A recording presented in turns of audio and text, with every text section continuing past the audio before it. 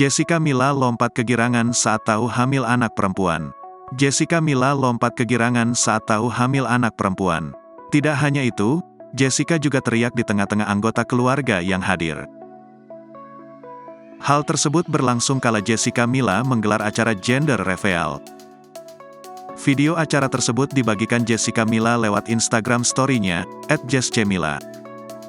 Gambar menunjukkan sang suami Yakub memecahkan balon terakhir berwarna pink, yang menandakan anak keduanya berjenis kelamin perempuan. Setelahnya, konfeti turut dibunyikan dengan kertas pink yang berterbangan di atas para tamu yang hadir. Mengetahui dirinya tengah mengandung anak perempuan, Mila sempat berteriak kaget.